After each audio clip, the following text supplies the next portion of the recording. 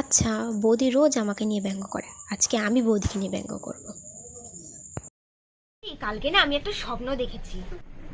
কি স্বপ্ন রে? আর তুমি দুজনে মরুভূমির ভেতরে হাঁটছি, দুজনেরই খুব জল তেষ্টা পেয়েছে।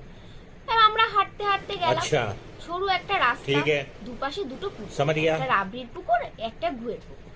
তুমি পড়ে গেলে গুয়ের পুকুরে, আমি পড়ে গেলাম রাবড়ির পুকুরে। ও তাই? কালকে রাত্রিবেলা আমি একই স্বপ্ন দেখেছি জানিস। কি করে? আসলে তুই যতটা দেখেছিস আমি তার পরেও দেখেছি। কি বলতো, যখন তুই পড়ে গেলি রাবড়ির পুকুরে আর আমি পড়ে গেলাম গুয়ের পুকুরে, উঠে দেখলাম কোনো জায়গায় জল নেই, তোর গাও আঠা আঠা করছে আর আমার গাও আঠা আঠা করছে। তখন আর কি করব, তুই আমার গা চেটে পরিষ্কার করলি আর আমি তোর গা চেটে পরিষ্কার করে দিলাম।